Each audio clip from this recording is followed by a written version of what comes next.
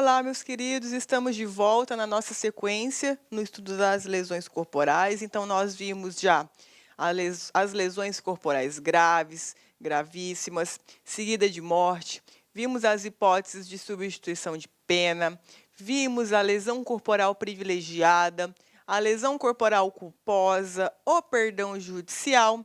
E agora, meus queridos, nós vamos iniciar, o estudo das lesões corporais, mas com uma conotação, uma vinculação com o contexto da violência doméstica. Então, o que eu fiz aqui? Eu trouxe meio espremido nesse slide os 3 parágrafos que se vinculam a esse contexto da violência doméstica, justamente porque, para ficar mais didático, para nós conseguirmos constatar quando é que esses parágrafos eles vão ser aplicados, ok? Então, a primeira coisa que você tem que se recordar é a seguinte: esses 3 parágrafos, eles trazem uma vinculação com a violência doméstica e familiar. Veja que na minha narrativa, eu não trouxe que se cuida de violência doméstica e familiar contra a mulher. Então, a primeira coisa que você tem que ter em mente aí no seu material é a de que esses 3 parágrafos, eles trabalham com a questão da violência doméstica, sendo que, nesse caso, poderão figurar na condição de vítimas tanto os homens quanto as mulheres. Então, homens podem ser amparados pelas disposições desses 3 parágrafos? Podem, tranquilamente. Então, diferente do feminicídio, que nós estudamos, que é uma qualificadora do crime de homicídio, lembra? Parágrafo 2A e parágrafo 2º, inciso 7º, inciso 6º, salvo engano.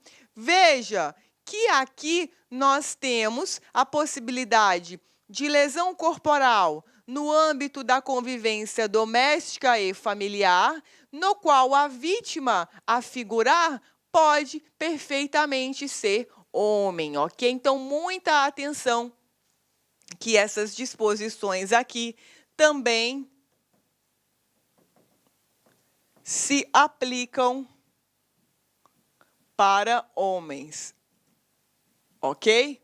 Primeiro apontamento importante. O que nós temos aqui? Nesses 3 parágrafos, nós temos causas de aumento de pena que vão serem constatadas apenas quando as lesões estiverem numa das narrativas dos 3 parágrafos. Então, o parágrafo 9º, ele inaugura essa primeira causa de aumento especial vinculado ao contexto da violência doméstica. Então, veja a narrativa do nosso parágrafo 9º, que vai ser aplicada também para o parágrafo 10º e para o parágrafo 11º. Então, veja, se a lesão for praticada contra ascendente, descendente, irmão, cônjuge ou companheiro, ou com quem conviva ou tenha convivido, ou ainda prevalecendo-se o agente das relações domésticas de coabitação ou hospitalidade, pena, detenção de 3 meses a 3 anos. Então, aqui, o que acontece? A doutrina chama de lesão corporal qualificada leve. Ou outros dizem lesão corporal leve qualificada. Por quê, gente?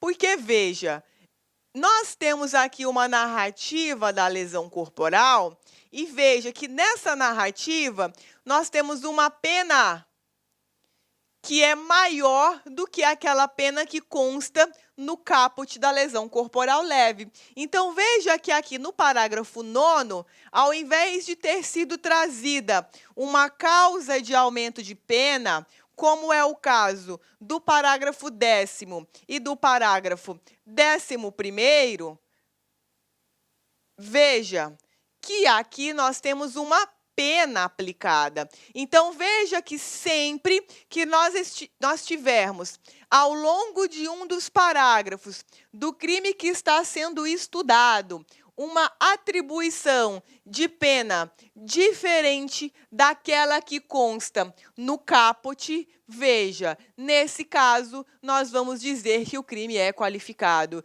Então, por isso que, na verdade, o parágrafo 9º, ele traz uma qualificadora nova. Uma qualificadora para quando a lesão leve é praticada no contexto da violência doméstica e familiar.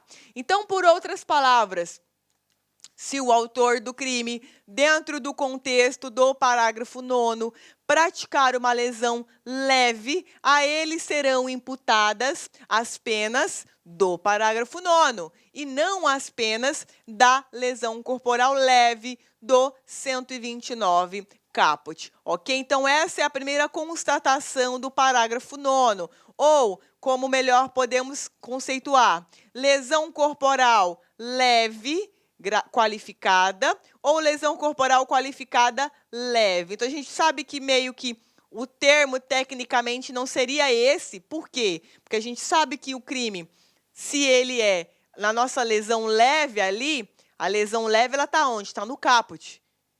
E o caput é uma forma simples do crime, e é justamente isso que diferencia ele de uma qualificadora. Mas o que vocês têm que lembrar? Que nós temos aqui uma pena diferente daquela lesão corporal leve que consta no caput, e que esse parágrafo 9º, embora não traga essa disposição aqui no seu teor, ele retrata a lesão corporal de natureza leve, ok? Porque, veja, no parágrafo 10º, quando nós temos lesão corporal grave, que é o parágrafo 1º, lesão corporal gravíssima, que é o parágrafo 2º, e lesão corporal seguida de morte, que é parágrafo 3º, no contexto da violência doméstica, o que vai acontecer?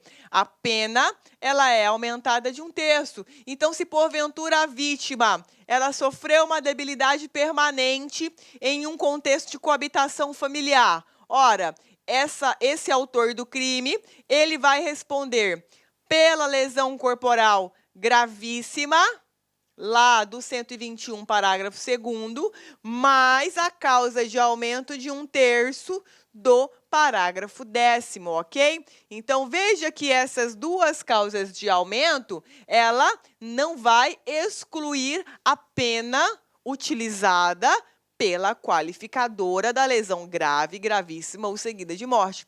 Por isso que nós, entendemos, portanto, que como o parágrafo 10º, ele trata das 3 naturezas de lesões, residualmente, para o parágrafo 9º.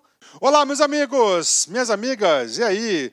Gostou da aula do professor? Quer fazer o nosso curso completaço, super competitivo, ponto a ponto do edital, para os cargos de agente de segurança e assistente administrativo? Venha para lá concursos, nós temos esse curso, você vai assistir o final dessa videoaula e muito mais. Gente, esse curso custa apenas 10 parcelas de R$30, é isso mesmo, 10 parcelas de R$30, você vai ficar super competitivo. Bacana? Vem comigo, forte abraço, tchau! Clique like.